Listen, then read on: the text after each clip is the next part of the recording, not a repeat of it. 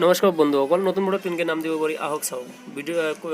ক্ৰমটো খুলিব, ক্ৰম খুলি আপোনালোকে NHVP মাৰিব। মাৰাৰ পিছত আপোনালোকৰ সন্মুখত এটা পেজ আহিব। নেটটো শ্ল' লৈ আছে, অলপ ধৈৰ্য ধৰিব।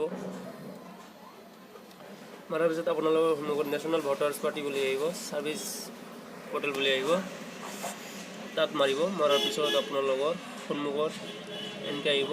তাৰপিছত আপোনালোকে ফৰ্মছত যাব। ফৰ্মছত যাই আপোনালোকে লেফ্ট পিনে ফৰ্ম 6 আছে, ইংলিছটো চইচ কৰিব। চইচ কৰাৰ পিছত আপোনালোকৰ লগত আকৌ পেজ এটা আহিব। পেজটো অহাৰ পিছত আপোনালোকে ওপৰত হিন্দী যিটো আছে সেইটো ইংলিছ কৰি ল'ব। ইংলিছ কৰি ল'ল। এতিয়া আপোনালোকে ষ্টেটটো চিলেক্ট কৰিব। মোৰ ষ্টেট অসম। ডিষ্ট্ৰিক্টটো আপোনালোকে চিলেক্ট কৰি ল'ব। ডিষ্ট্ৰিক্টটো চিলেক্ট কৰাৰ পিছত আপোনালোকে এছেম্বলি মানে বিধানসভাটো আপোনালোকে চিলেক্ট কৰিব। চিলেক্ট কৰাৰ পিছত আপোনাৰ নামটো মাৰিব। নামটো মাৰিলোঁ। তাৰপিছত আপোনাৰ টাইটেল লেফ্ট পিনে আপোনাৰ অসমীয়া দি আহি যাব। যদি ভুল আছে তে আপোনালোকে কিবোৰ্ডত যাই শুদ্ধ কৰি ল'ব পাৰিব। এতিয়া আপোনাৰ দেউতাৰ নাম বা ৰিলেটিভ হাজবেণ্ড যিকোনো এটা মাৰিব। মাৰাৰ পিছত আপোনালোকে অসমীয়াটো ভালদৰে চাব। একচুৱেলি অসমীয়াটো মিষ্টেক হয়। তাৰপিছত আপোনালোকে টাইপ অফ ৰিলেশ্যনত কি আছে, ফাদাৰ, মাদাৰ, হাজবেণ্ড যি আছে আপোনালোকে সেইটো দিব। মই একচুৱেলি মাদাৰ দিম। আৰু তাৰপিছত আপোনাৰ date of birth. Date of বাৰ্থটো আপোনালোকে তলত দুটা অপশ্যন আছে, age and date of birth. আপোনালোকে ডেট অফ বাৰ্থটোত ক্লিক কৰি ল'ব,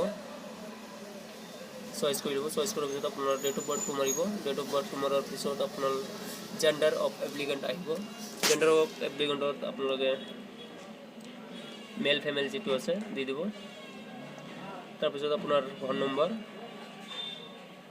নম্বৰটো দিয়াৰ পিছত আপোনাৰ মুখ্য পদটো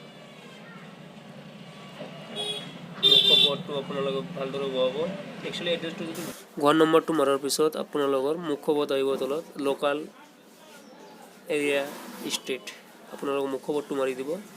মাৰি দিয়াৰ পিছত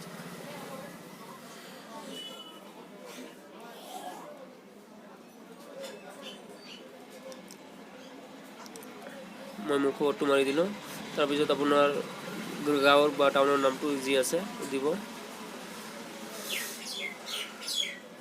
তাৰপিছত তলত চাব পোষ্ট অফিচ আছে, পোষ্ট অফিচটো আপোনালোকৰ যি আছে দিব। একচুৱেলি অসমীয়াটো ভালদৰে চাই ল'ব, মিষ্টেক যদি নহয়। মিষ্টেক হ'লে আপোনালোকৰ পৰৱৰ্তীত বহুত প্ৰব্লেম আহিব পাৰে। তাৰপিছত আপোনালোকে যদি এড্ৰেছ ছেম আছে টিক মাৰ্ক দিব, নহ'লে আপোনালোকে টিক মাৰ্ক দিব নালাগে। আৰু ঘৰৰ যিকোনো এটা ফেমিলি আই ডি দিব। মোৰ যেনে দি আছোঁ মোৰ ফেমিলি আই ডি, আপোনালোকৰ যিটো আছে ভোটাৰ ফেমিলি আই ডি নম্বৰ সেইটো দি দিব। তাৰপিছত আপোনালোকৰ তলত যদি আছে কোনোবা অংগৰ দি দিব। আৰু ইমেইল নম্বৰ নালাগে, মোবাইল নম্বৰটো আপোনালোকে দি দিব। ইয়াত মোৰ ফটো দিলোঁ। তাৰপিছত এজ প্ৰুফ মই বাৰ্থ চাৰ্টিফিকেট দিম।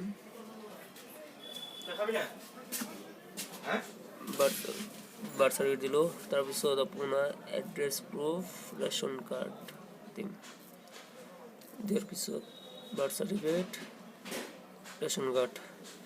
এতিয়া আপোনাৰ গাঁৱৰ নামটো দিয়াৰ পিছত আপোনাৰ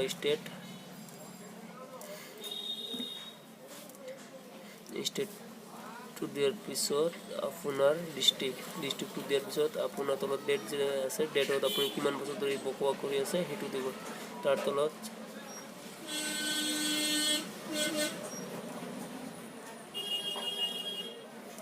আপোনাৰ প্লেচটো দি দিব। দিয়াৰ পিছত আপোনাৰ তলত কেপচাৰ বুলি আহিব, কেপচাৰটো দি আপোনালোকে ভালদৰে চাই ল'ব। চোৱাৰ পিছত আপোনালোকে যদি সঠিক আছে তে তলত ছাবমিট মাৰি দিব। ছাবমিট মাৰাৰ পিছত অলপ সময় ৰ'ব। তাৰপিছত আপোনালোকৰ এপ্লিকেশ্যন নম্বৰ ওলাই আহিব, ৰেফাৰেঞ্চ নম্বৰ বুলি কয়, ওলাই আহিব। এইটো আপোনালোকে ভালদৰে ৰাখিব, প্ৰিণ্ট কৰিও ৰাখিব পাৰে, ছেভ কৰিও ৰাখিব পাৰে। তো মোৰ চেনেলটো লাইক, শ্বেয়াৰ, কমেণ্ট, ছাবস্ক্ৰাইব কৰিব।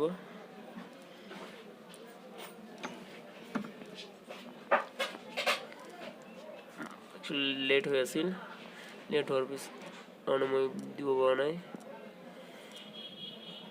হ'ল পিছত আপোনাৰ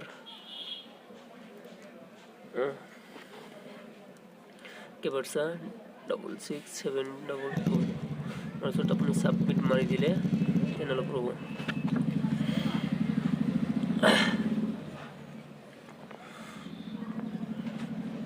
এইটো পদ্ধতিত যদি আপোনালোকে কৰে তে 100% গ্যাৰান্টি আপোনালোকৰ ভোটত নাম আহিব